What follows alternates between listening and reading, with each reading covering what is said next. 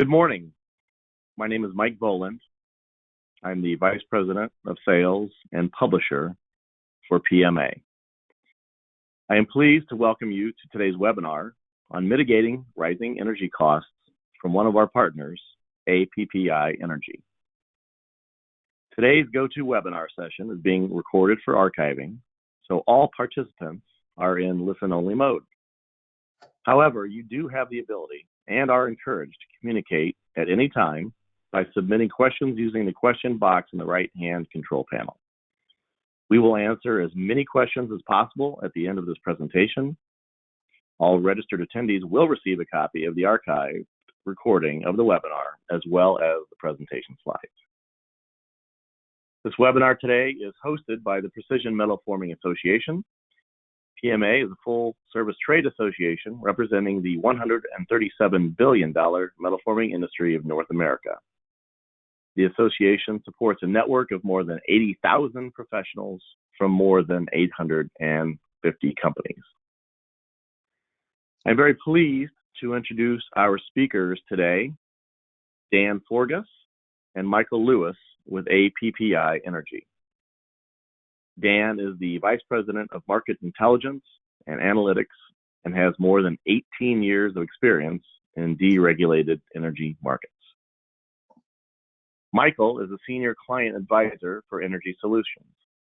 He focuses on renewable energy, EV infrastructure, and sustainability. Today, the two of them will discuss solutions and strategies for reducing and managing your energy expenses.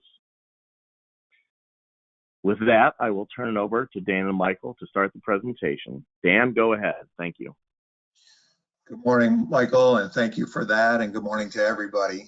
We are very proud of our endorsement from PMA and happy to talk to you folks today and tell you a little bit more about what's going on in the energy markets and see if we can help you to, as the title says, kind of mitigate some of the rising costs and really talk about some strategies and solutions around all things energy. We'll see. You see the agenda there. I won't because we don't have a whole lot of time. We'll just I'll let you read that, and I promise on a lot of our slides where we have a lot of words, we won't read every word, but it kind of gives you an idea here, the agenda and some of the things we're going to talk about. And then after I conclude, we'll turn it over to Michael and talk a little bit more about the solution side of things, and then wrap it up with some questions and answers. So as Mike said, really appreciate you joining today and encourage you to ask any questions for Michael or I. Really talking a little bit about what's going on in the energy markets. What we see here is kind of a 5-year look back of the really strong correlation between natural gas prices and electricity prices. So the orange line is the Henry Hub in Louisiana, spot prices. That's kind of cash prices. I'm going to buy it today. I want you to deliver it. So spot pricing is in the orange line. And then we have a sister organization called the Energy Research Council. And what they do is that we look at all the offers that suppliers put out into the market every day. And that allows us to do a lot of benchmarking and trends and really analysis of what suppliers are seeing for the forward-looking, making predictions of based on what prices they put out into the market. When we track those things, you'll really notice the really strong correlation between the two. What we often say is what happens to gas today is going to impact electricity tomorrow. So if gas is up, today we'll expect to see electricity prices move a little bit higher. You'll see some anomalies to that, some real extreme events on the natural gas end. The one that comes to mind is the winter storm Uri, February of last year. You probably heard about some of the things that happened in the mid-country, particularly around Texas, an extreme weather event. That really caused natural gas charts to literally go off the charts, natural gas prices, I should say. So we didn't see that real strong, reaction on the electricity side because that was really just a few days of event. But generally, as you see here, when one commodity moves, the other really follows suit. And the other takeaway really from this slide is even on the down days, if you will, the markets are extremely volatile. In fact, the most volatile we've seen in our 25-year history, literally going back to 1996. It's the highest volatility we've seen in those 25 years. But even on the down days, so the markets overall, both electricity and natural gas, have moved quite a bit higher, really since the COVID lows of about 2 years ago. So again, we're still seeing the ups and downs, the dips. We really try to help PMA members buy on those dips. But what you see here is, again, overall, both commodities have moved quite a bit higher than we've seen in quite some time. So again, that last chart was really what we call spot prices, again, cash prices for natural gas. But the folks generally don't buy natural gas that way. What you typically buy is a strip, a 1 year, 2 year, 3 year strip. And that's what this chart really shows here. There's a kind of a rolling 1 year strip, November through October. And then to give you some historical perspective here, the black line is this year, 21, 22, for that 12 months. The red dotted line is the 5-year average. And then you look at, what I'd call kind of the extreme COVID years of 20 and 21, that's the blue line. And a little surprising there, when demand was so low as a country, you see prices really continued to rise there. And so, from a historical perspective, bottom line takeaway here is, as I mentioned on the previous slide, energy prices, this one specifically around natural gas, are just at a much higher, much elevated level. Again, you see the 5-year average at about 281. Currently, that same 12-month strip is 573. So really a dramatic increase in costs. What we're here to do today is to really help you try to manage your way through that, mitigate some of those costs, look at the ways to not only pay less for the energy that you do use, but Michael's part of the presentation will really focus on helping you use less energy.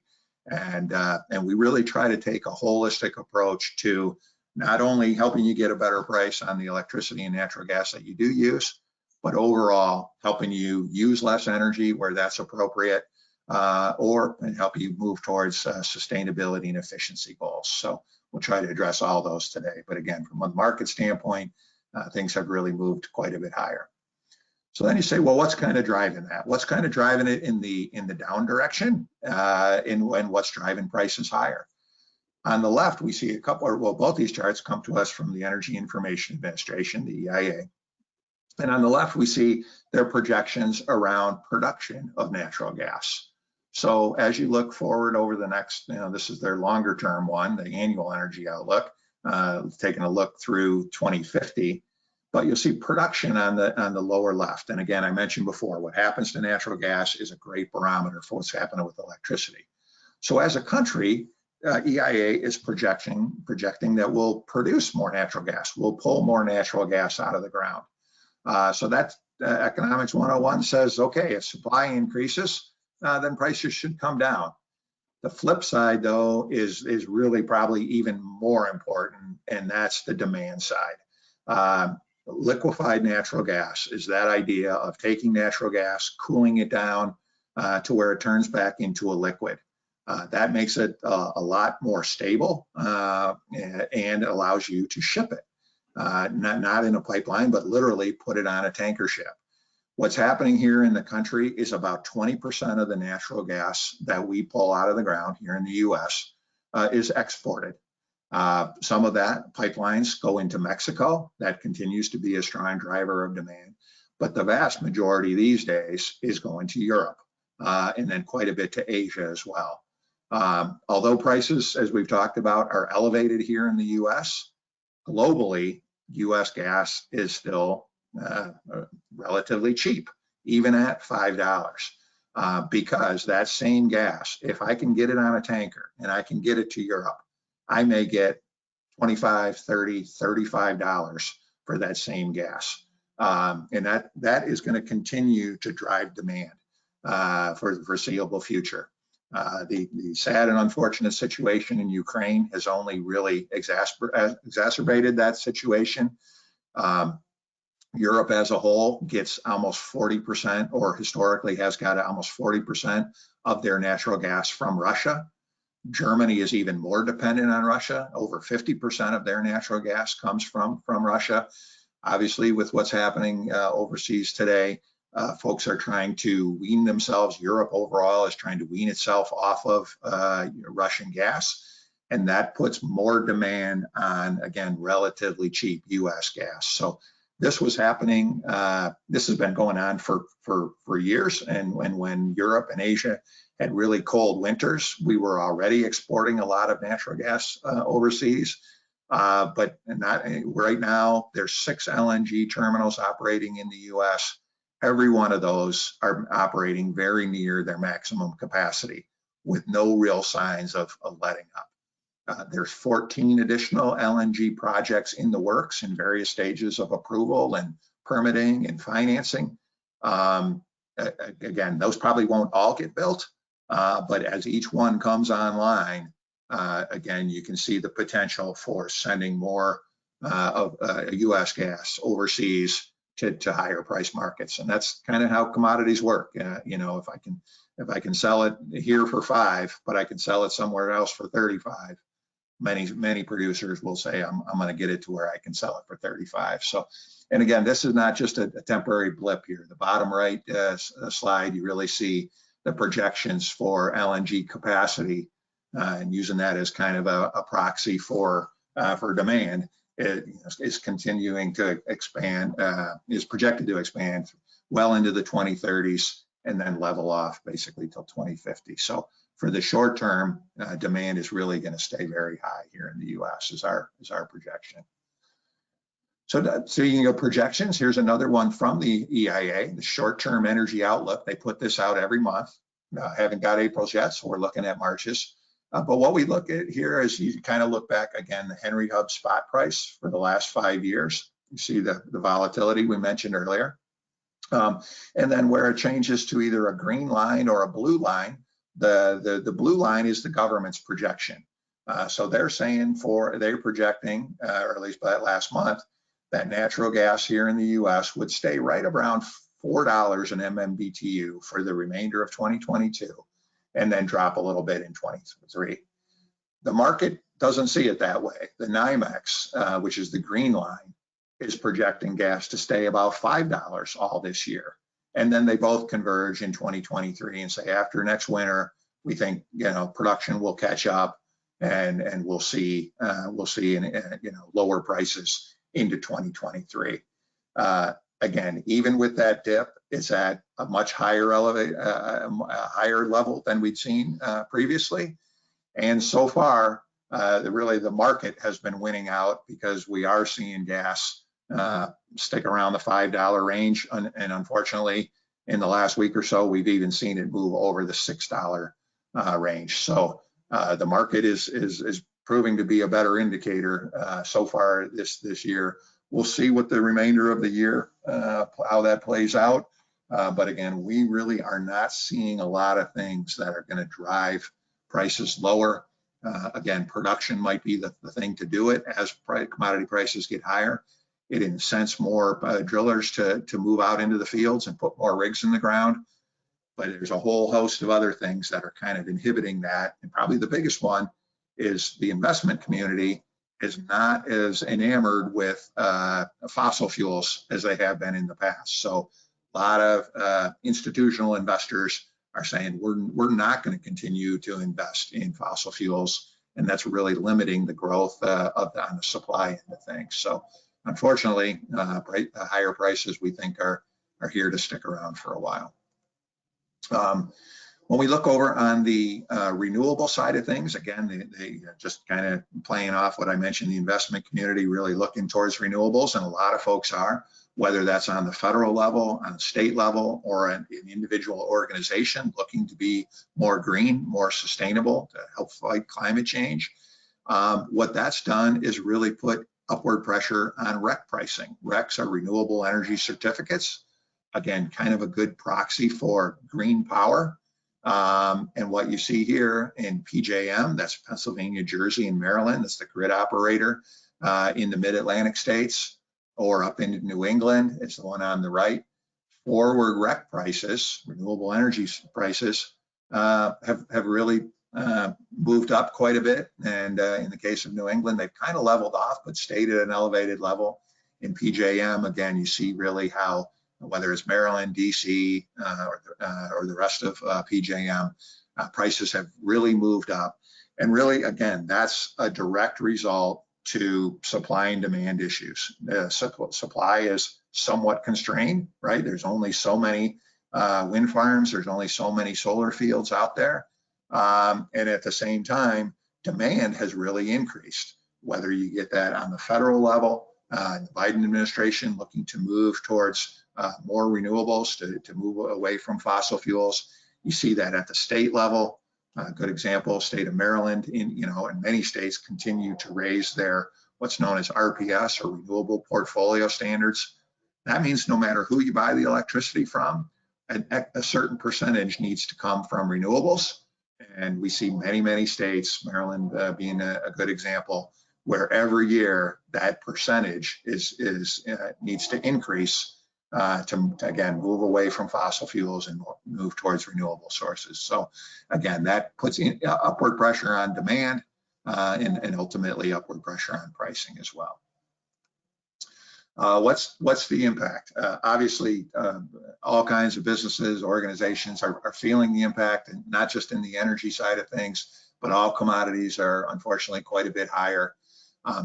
Not a lot you can do to necessarily control what the market's doing, and this geopolitical and weather and those kinds of things. Not a lot we can do about that, but what we can do is to take up a little bit more of a proactive approach.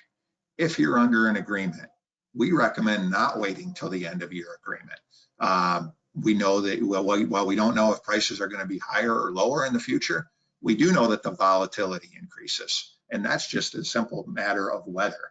A hot day, more demand, energy prices tend to move up. Same thing in the winter, really extreme, cold temperatures drive demand.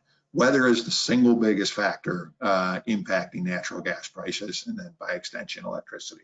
So we say, don't wait, get out ahead of it. We also say, check your supply agreement. If you're with a supplier, you might think, okay, it ends, and then I'll review my options at that time. What we're seeing as these commodity prices get higher is suppliers are getting a lot more strict on, hey, you didn't tell me you were going to use more. You didn't tell me you were going to leave. You needed to give me 60 days notice. So again, we say get out ahead of it. We advise all PMA members to as much as 12 or even up to 24 months of advance of your contract end date. Just dip your toe in the water, see what the market is, get a benchmark of where prices are. Doesn't mean you have to act that day, but you or your trusted advisor, and we hope you'll look to APPI to do that. We can monitor the market. We can keep you apprised of, hey, for your start date, for your supplier, for your term and your accounts, prices are moving higher, prices are moving lower. Again, with the ultimate goal of helping you buy on those inevitable dips. So that's our recommendation, is again to get out ahead of it. And again, I mentioned this earlier, natural gas prices are some of the highest and most volatile that we've seen in our 25-year history. With that in mind, the idea, what are some strategies around that? Again, we talked briefly about electricity and natural gas procurement. Our platform, we like to say we cast a wide net among many vetted suppliers. We work with nearly 50 different vetted suppliers. We'll only bring what we consider the top tier ones to PMA members. But again, we force them to compete for your business on a level playing field. That means the terms and conditions, the market conditions are all the same. Where they're different, we'll highlight that and we'll show you the potential pros and cons of different supplier approaches. Efficiency and sustainability, that's what Michael's going to talk more about. How do you use less power? How do you be, or natural gas? How do you be more sustainable, accomplish some of your ESG goals? And again, the idea of a trusted advisor. We know PMA members are wearing a lot of hats and are really focusing on growing their business. We like to say we're an extension of your team. We'll go out, do a lot of the heavy lifting, a lot of the work. Ultimately, it's your decision, but we'll come back to you with a recommendation. and again, try to explain the pros and cons. And if you want to spend 15 minutes on this, we'll spend 15 minutes on it. If you want us to talk for 2 hours of all the drivers in the market, we'll get into the weeds with you on that, and happy to do that, or anywhere in between. So having somebody who's got their finger on the pulse of the market and knows, the caveats to look at in terms of contracts, in terms of differences among suppliers. It's a complicated world, and we eat and breathe and sleep this stuff. We're in it. We run about 400 RFPs, or requests for pricing, every month. So we really think we've got a pretty good finger on the pulse of the market, and again, are happy to share our knowledge with PMA members. With that in mind, I'm going to go ahead and turn it over to Michael. He's going to talk a little bit more about the emissions side of things, and how we can maybe help you be a little bit more efficient and a little bit more sustainable. Michael? Hey, thanks, Dan. And thanks, everyone.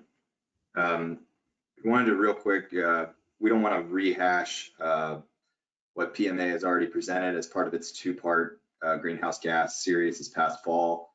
What we're hoping to do is to cover a little bit of an educational look at emissions reporting, and what kind of actionable solutions are available to guide businesses down this path.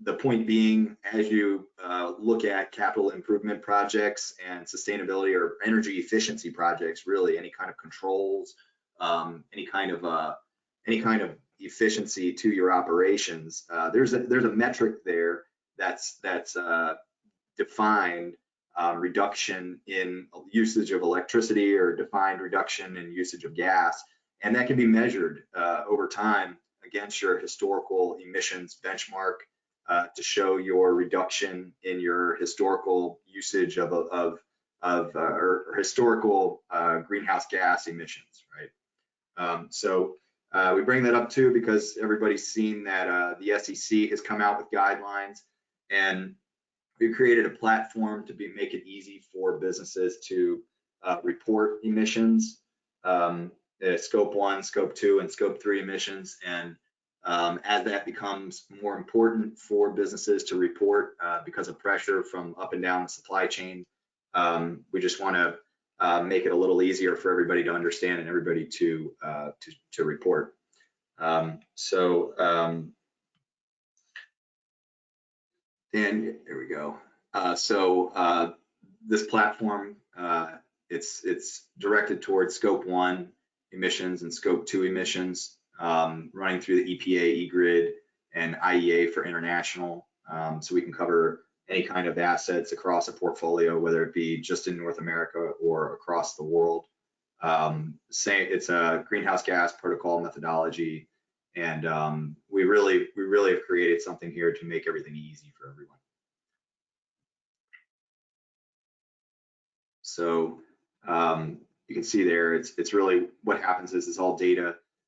Take all utility bills and take all that information, all that data, and run that through the EIA website and eGrid, and create a benchmark. So looking back, typically we'll go to 2017, 2016, up through today, and create that benchmark of scope 1 and scope 2 emissions over the course of those 5-6 years. In a lot of cases, excluding 2020 because of the anomalies associated with 2020. And then getting into energy efficiency projects, being able to show those the efficiencies gained versus the historical carbon emissions of any entity. And one thing to keep in mind here is part of the process is what the SEC guidelines have shown is that they like to see a lot of these different gases, and every location is very different. So there are grid average emissions based on location. It may be that an entity already has a significant amount of electricity coming from renewable resources just because of where it's physically located. So that's incorporated into everything and packaged and made simplified so that with the click of a button, any audit can see very quickly an investor grade emissions data report for your business. So Dan spoke a little bit about renewable energy certificates, and we're just rehashing it really quickly here. But green power is available, and that's one part of the process that is very attractive for any kind of businesses.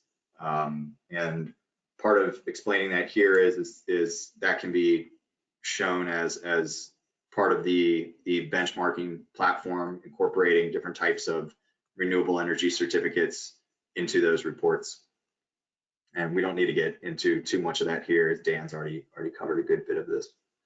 And then making it customized, so any other types of third-party guarantee of origin, supplier-specific emissions, any kind of power purchase agreements, and renewable energy certificates are included in the report.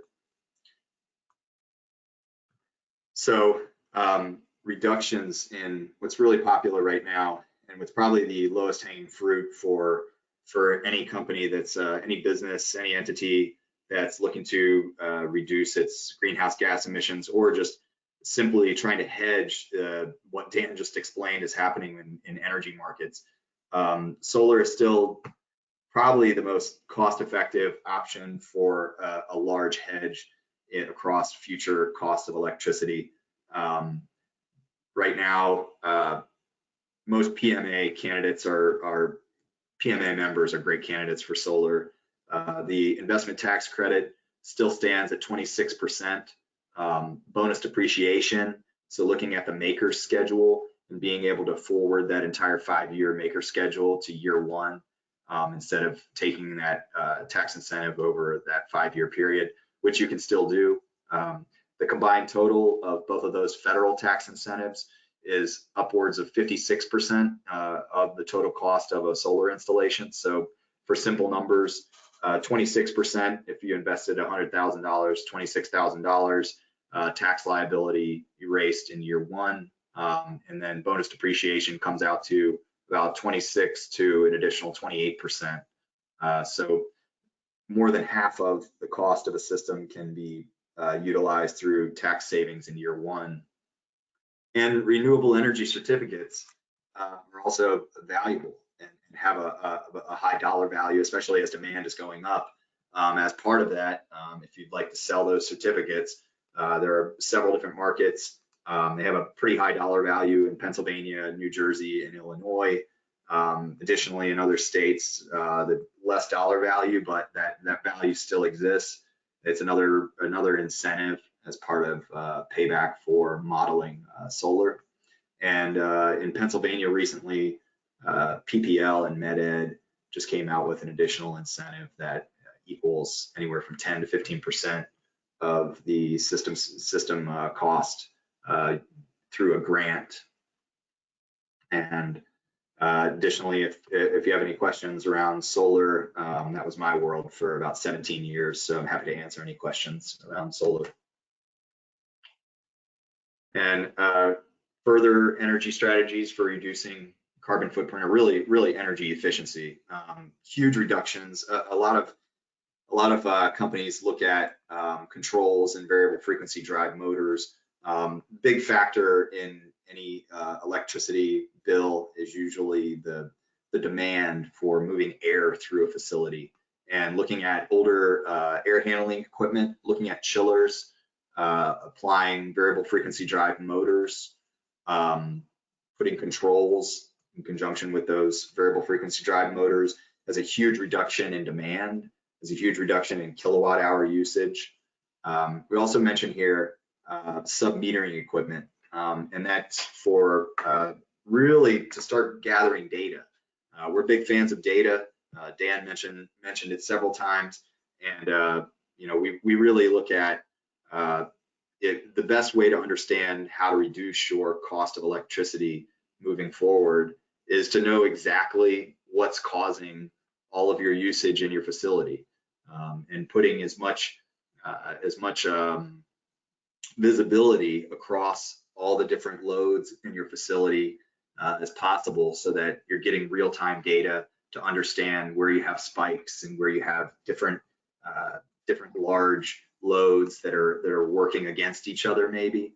or that you can start to apply these variable frequency drive motors and controls to be able to cycle that equipment so that it's not all firing on at the same time, reducing your demand charges. Accumulating real-time energy data through both controls and metering devices. It's going to help businesses to mitigate coincidental peaks, provides an understanding to all the critical loads that contribute to that baseline demand energy consumption. And then you can start to shift loads and to avoid those coincidental peaks. And also, added bonus is to start to participate in some of these programs that utilities are creating, like demand response programs or sync reserve programs. These are very lucrative. There's a lot of money that's being offered by utilities right now for companies that are able to start to shift loads or draw down loads during certain peak times during the day. In a lot of cases, that's only 2 times a year, but the payments still exist whether or not those days ever materialize. So it's a good idea to start looking at that as another way to reduce your cost of electricity, cost of gas. It may be that you're looking at some kind of resiliency and looking at backup power. If you have that availability, if that's something you're interested in, backup power is a way to participate in demand response programs, is also available, and also a high payback. So another couple things to talk about here: heat recovery systems, with looking at any kind of boilers that you have, installing economizers, or just some kind of heat recovery system, so you're reusing water or using less water, not having to heat up as much water from the city. That's a huge savings in gas and natural gas costs. And simply LEDs. I'm sure a lot of folks, I'm sure a lot of PMA members have already installed LEDs across their facilities. Looking at any office space, looking at warehouse space, LEDs are such a low-hanging fruit, and there still are, depending on the utility, depending on the municipality. There are a lot of incentives that are still available for reducing the cost of LEDs. It's typically like a year payback, 2-year payback for LEDs. Depending on the facility, you can save as much as 25% in kilowatt hour consumption, especially for a large warehouse. And again, talking about where Dan really gave a good outline of what's happening in electricity and gas markets, or gas and electricity to follow. Understanding demand charges, what makes up peak demands, avoiding coincidental peaks, is already important for any business. We believe, and we've seen demand charges and time of use charges get more and more expensive, and think that will continue as utilities try to account for their increases in costs. And this creates another opportunity to participate again, like I was saying a minute ago, in those types of programs, those demand response programs and those sync reserve programs that are becoming more and more lucrative. But again, it's really, you need to understand what's causing all your electricity loads, and start to understand what times of day that's happening, so that you can mitigate it and participate in some of these programs. And that gets into applying sub-metering equipment.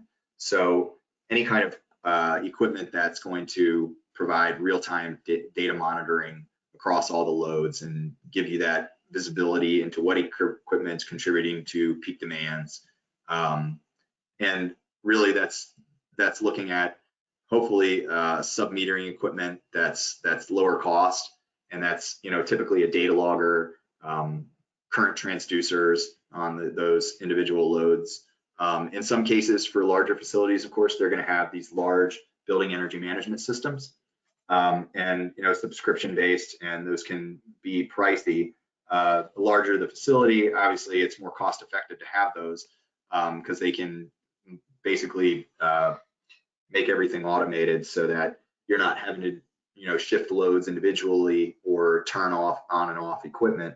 But if that's too expensive, there are lower cost sub-metering equipment. and we can help take a look at those and review some of those options.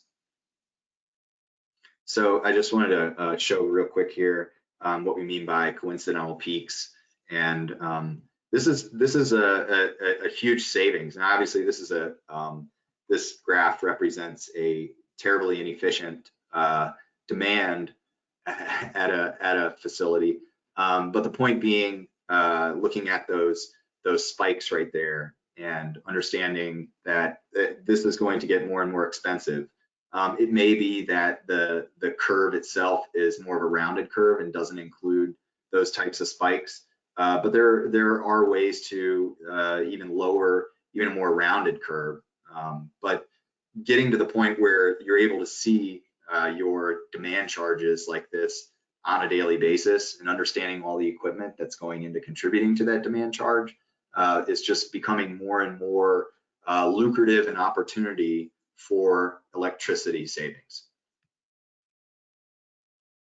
And getting back to what's happening with the benchmarking for carbon emissions and what's really, what the SEC is driving at, and what's being asked of businesses across the supply chain. And really this represents what happens once the benchmarks are set, being able to compare baselines from year over year, and then starting to apply some of these metrics, some of these energy efficiency projects, like your economizers on boilers, like your variable frequency drive motors and controls on large air handling equipment, applying LEDs. It could be that you just applied a small solar project, and then being able to look year over year and show those reductions, and be able to understand the reductions, be able to report the reductions. And what it does also is, as you start to look at these types of projects, having that carbon emissions reduction metric with also the pro forma for the cost effectiveness of implementing that project, purchasing or investing in that capital expenditure, really gives businesses an understanding of what getting to, let's say, a 20% reduction in carbon emissions, or a 30% or a 50% reduction in carbon emissions. And a lot of folks, and you read about it, what does that really look like? What does that cost actually? So being able to put some numbers next to some of the claims that folks are making and that businesses are making, and in some cases, we've seen facilities that through 3 different projects were able to gain a 25% reduction in emissions, and the payback for those 3 projects was 1.9 years. So that was a great investment for them. It was cost effective. It was great to budget into their capital improvement budget. At the same time, had the added bonus of a 25% reduction in emissions, which they were able to market to not only their vendors and their suppliers, but also on their website. And that's more and more that's trending as something that is attractive to consumers.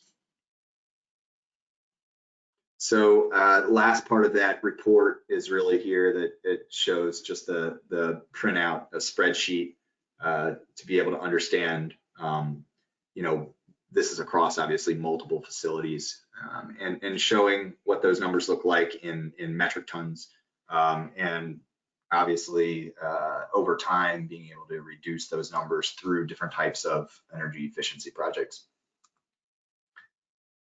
So next steps,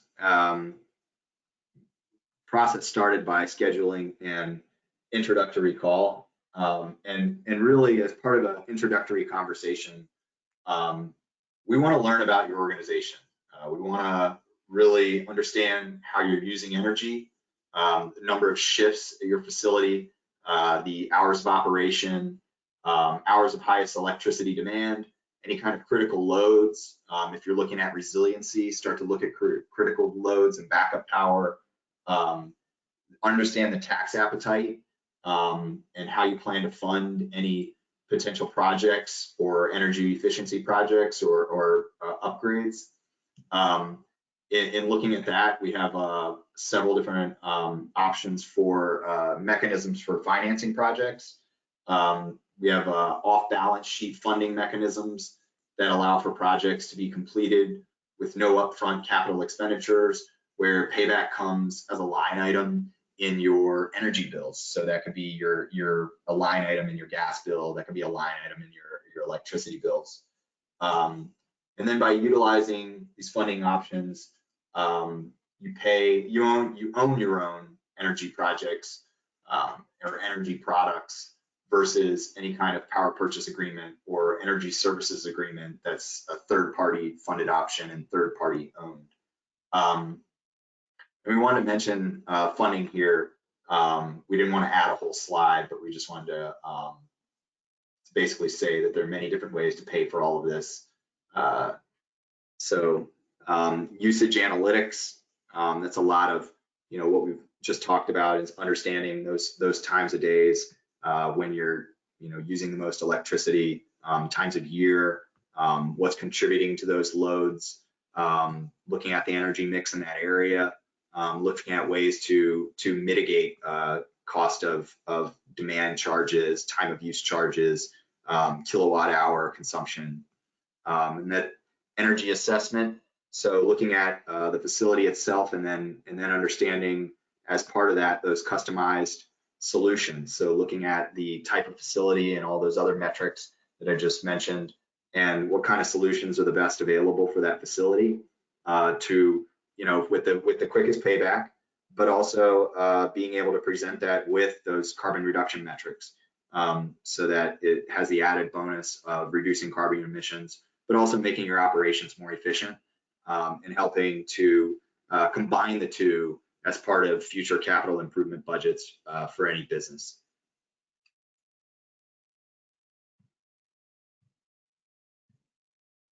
So with that, Dan, I don't know if you want to jump in here and if you have anything else to add. No, I thank you, Michael. I thought you did a good job covering a lot of that. The only thing I will add, and Michael's touched on this, but this idea of reducing your peak demand, important to remember that can affect, that can have an impact on your supply price, the actual what you pay for the energy, and on the distribution side. So I suspect we're talking to some folks today who are not necessarily in deregulated markets, and that's really where the idea where you can have competitive suppliers compete for your business on your electricity and natural gas. Many states are, about 15 states are deregulated for electricity, about 25 are deregulated for natural gas. But regardless of where you are in the country, whether your state is open to competition or not, where you can reduce your peak demand, where you will see a benefit on, again, both the supply and the distribution side of it. Again, distribution, peak demand is a little bit of a gift that keeps on giving. Oftentimes in most states, you set a peak and that sticks with you for about 12 months and affects your bill every month on the distribution side. On the supply side, particularly again in a regulated state, there is usually a price per kW. So if you can use less kW, have a lower peak demand, you're going to save there. In a deregulated market where suppliers are looking at your usage and they're looking at your demand, again, the lower your peaks, the better price you're going to get. So we really see demand management as being key, regardless of where you're located, to really drive down the two sides of your energy bill. And again, that's supply and distribution. So really get a big return on trying to take some measures to reduce your usage, but also your peak demand as well. With that in mind, I think that concludes our part of the presentation. Mike from PMA, we're happy to bring you back in, or if you've got any questions that have come in, we'd be happy to use a few of the minutes remaining here to answer any questions. You bet, Dan, and thank you, and Michael as well. That was a wonderful and timely presentation. I think energy obviously is always going to be of interest, energy savings, and but certainly now, and somewhat unfortunately now, it's really in the forefront. So I think the timing of this is certainly great, and your presentation really wonderful and informative. So thank you so much. Just as a reminder, if anyone who's on today's webinar, if you have some question or two you'd like to submit it, please do so. Type it into the question box in the right-hand control panel, and we will have Dan or Michael answer that for you. So with that, we do have a few here, and so I will just kick it off here. And this one is obviously interesting. So first question, you mentioned how the war in Ukraine is affecting energy costs. What can we expect as a result as we head into late spring and early summer? I'll take that one, Michael. And Mike, it's a tough situation, but I think the obvious direct impact in the short term is demand for, again, I'll use air quotes here, but relatively cheap U.S. natural gas. The demand for that from overseas is only going to continue for the foreseeable future. I mentioned before that was happening last winter when Europe had a cold winter just to begin with, and without the war. Their storage levels, oftentimes storage levels are looked at in, well, how are you looking compared to where you were last year or where you were compared to the 5-year average. Storage levels here in the US are about 20% lower than they were this time last year, about 17% lower than the 5-year average. So just in terms of storage, we've got less than we'd like to as a country, and we historically have. You look at those same kind of metrics over in Europe, they too are setting, almost all-time lows in terms of the amount of gas that they have in storage. Then you look at, again, where do they get a lot of their gas? Europe overall has got about 40% from Russia. Again, Germany, I mentioned, was even higher at about 50%. There's a pipeline called Nord Stream 2 that was supposed to go, it has actually been built and has pending final regulatory approval, and that was going to take cheap Russian gas directly to Germany and right into Europe and bypass Ukraine and Poland and go under the Baltic Sea. That was put on hold. The German legislature, if you will, paused that when Russia moved into Ukraine. They need that natural gas, but they've realized that that's not necessarily the trading partner they want to work with. All that does domestically here in the U.S. is continues that high demand for, again, relatively cheap U.S. gas well into the future. So again, this was happening anyway. The war in Ukraine has really only highlighted the fact that Europe overall wants to move itself away from Russian natural gas. Germany, not that recently, shut down their last 2 nuclear plants. So again, they were kind of already, they're moving towards renewables, but natural gas is a transition fuel that's going to be here for a while. There again, that's kind of been a little bit of a wake-up call to countries globally saying, boy, this transition to renewables is not going to be a smooth road. It's going to be a rocky road, and we still need natural gas. Where we get it from, the U.S. is blessed with a lot of natural gas. But like I said earlier, about 20% of it we're shipping overseas. And again, with no real signs of that demand lessening, now that Europe is saying, boy, we really don't want to get that from Russia. A lot of and I don't mean to we won't get political here today, but a lot of the sanctions that were put in place on Russia kind of exempted the energy industry because they didn't want to, hurt themselves, basically hurt their own economies. But as the war lingers, as it becomes more apparent what's going on there, more and more countries are saying even if it's at our own expense, we need to move away from supporting buying Russian gas and supporting that government. So in the short term, really don't see any let up from the demand side of things. Again, production here in the U.S., higher prices tend to incent production, so that may help. But again, as I mentioned earlier, we're not really seeing the investment community be all that excited about pouring more money into fossil fuels. I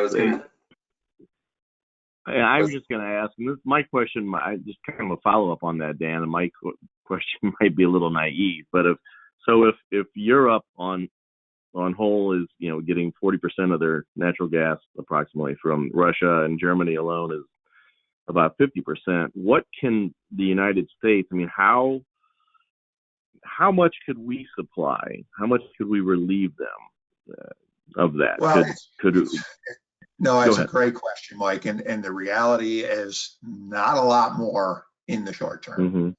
Okay. We've got 6 terminals that are up and running currently, LNG terminals in the U.S., and all of them continue to set records for being right at the max capacity. That's about 13 BCF per day, billion cubic feet per day, and that's where they're at. And in fact, just last month, they set new all-time records to be, you know, even right at their maximum capacity. Again, I did mention there's 14 LNG terminals in various stages of approval, but even that doesn't happen overnight. Yeah, it will continue to keep, I think, keep U.S. prices high. But in terms of your question of how much more can we really ship over there, we can drill more, but we can't necessarily get it over there. It's a great question, and I, you know, the fact is the number of terminals. There's 2 more what they call trains. Those are called they call them trains, but it's a liquefaction facility, if you will. 2 more of those. One just came online right now. Another one is this quarter. Another one is meant to come online later this year. That will allow us to ship a little bit more, but not a lot. Not a lot. So there's really not a lot the U.S. can do in the short term to get more gas over there. I think it's really more on the demand side. It's just going to stay high because we're going to keep shipping it, and Europe is already looking toward how are we going to get through next winter. Our storage levels are low. We're not going to get it from Russia. So again, I think as a country, we'll continue to ship as much as we possibly can over there. And again, producers, kind of hard to blame them when, you know, when they can get a much greater premium for that same gas if they can get it over Europe. Sure, we all get that. I can't blame anyone for wanting to take advantage, but in the short term, there's just, unfortunately, we can't produce enough, and it's probably not going to make that big of a dent. But again, not to go down to a political stance here. Another question here says, I'm under contract already. Don't I need to wait until closer to the end date to shop for another contract price? Great question. A lot of folks will say, you know, hey, I'm under contract till December. Why don't you call me in November? And a lot of things in life, that is how you buy. You're running out of pencils, so you go buy some more pencils. Energy is a little different in that you can take a forward position or a forward contract, if you will, and say, I'm going to lock it in today, but I don't want you to deliver it until next year or until 2024 for that matter. So again, what we often say is, again, we don't have the crystal ball. We don't know if prices are going to be higher or lower, but we do know they're going to be more volatile because of the impact of weather and other outside factors. So get out ahead of it. We are not recommending is, hey, cancel that agreement. And unfortunately in our industry, I'm sure a lot of PMA members get a lot of calls, and it's, you know, I don't know anything about you, but I know I can save you money, and you must act now, and go get your bill, and give me your account number. And there's a lot of that in the industry. That is not at all APPI's approach. Again, we would say, honor your existing agreement. We'll help you look at options for the future. So, but again, don't wait till the last minute.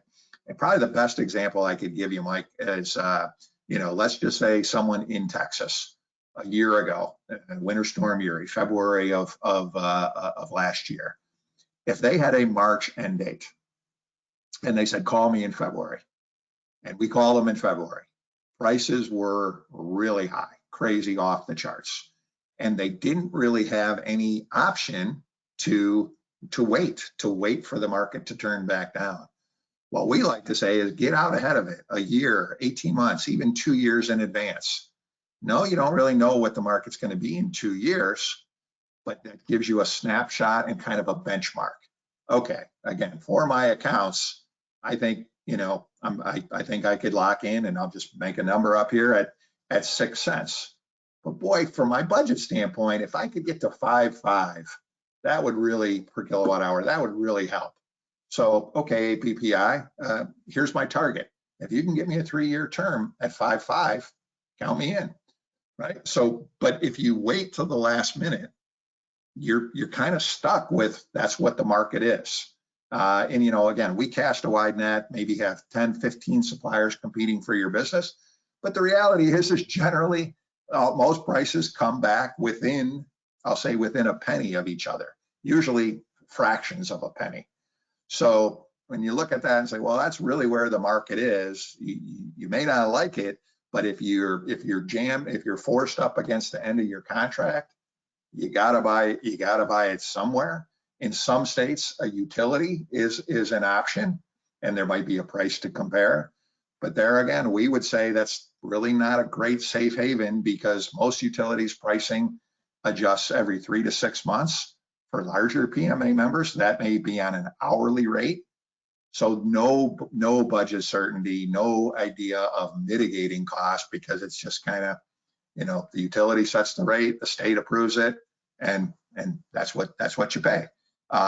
So again, and one last point on that, utility prices generally lag the broader market. So when we're seeing higher wholesale prices like we are today, no doubt in my mind, utility prices in the future, and they lag, so there might be safe haven for 6 months till they catch up. But utilities, the way most utilities buy power is, not really meant to be competitive. It's okay, on the third Monday, that's when we're going out to market. Prices up, prices down, that's when we're going to market, and we're going to blend in that price, and we're going to go back to the state regulators and get approval on the new price. Not really meant to be competitive necessarily, and certainly not meant to provide a long-term budget certainty of, okay, I know for the next 3 years, here's where my energy costs are going to be. Okay, thank you. We are butting up to the end, but I think we've got time for one more quick question here that just came in, and here it is. So what have you experienced in the industry with sites changing to synthetic lubricants for their rotating/plant equipment to gain up to 6% energy savings while extending their maintenance intervals, also reducing carbon and improving sustainability? Well, I myself, I'm very glad that Michael is on the phone. Michael, I'm going to throw that one over to you, my friend. I mean, that's, I'm not the most knowledgeable person in that. I'll lead with that, and I'll be honest. But I like I was saying earlier in speaking about a couple different energy efficiency products. That's really the name of the game right now. We have a lot of different emerging technologies, or just more efficient ways of operating existing equipment, and being able to apply some of those reductions in electricity and gas, or to that equipment, or to those investments in that. They have that metric, and that's where benchmarking the historical data and having any kind of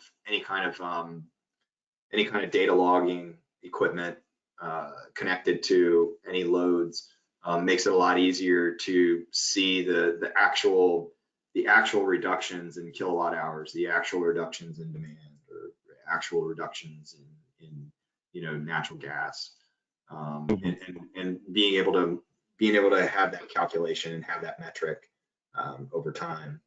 And I think that what this person is asking, I mean, I think it sounds like it sounds like a good option. It sounds like a really good option. Okay. And just to let the gentleman know who asked this question, Patrick, if you're still on, you might contact either Dan or Michael directly if you want to get into a little more detailed discussion about that would be great. I was going to offer that, Mike, if you want to pass on Patrick's information, or Patrick, if you're on and would like to contact Michael or myself, you see our contact information there. Be happy to do a little more digging into that for you, and put you in touch with the right folks, or try to help you evaluate that option a little bit further. Right. Great. Thanks so much. We are just a little bit past time, and I hope we didn't cut into your lunchtime here on the East Coast too badly for our attendees. So with that, I really want to thank Dan and Michael and everyone for joining us today. So this will conclude our webinar. If you would like to learn a bit more about how APPI can help your company reduce its energy expenses, again, certainly feel free to reach out to Dan and Michael. Or if you want to learn a bit more about our partnership, PMA's partnership with APPI, which has been going on for years, and they've been a tremendous partner, certainly visit the PMA.org website under membership and affinity partners. A follow-up email will be sent to you as soon as this concludes, and then the contact information will be obviously there for you as well. PMA does have many webinars scheduled throughout the next month, so please feel free to reach out to us directly or check the website for any more detailed information. So with that, again, one last thank you to Dan and Michael. Very timely, very informative. Couldn't have asked for anything more. And I wish everyone a great day. And with that, our webinar is now over, and you may close out your browser. Thank you, everyone. Take care. Thank you.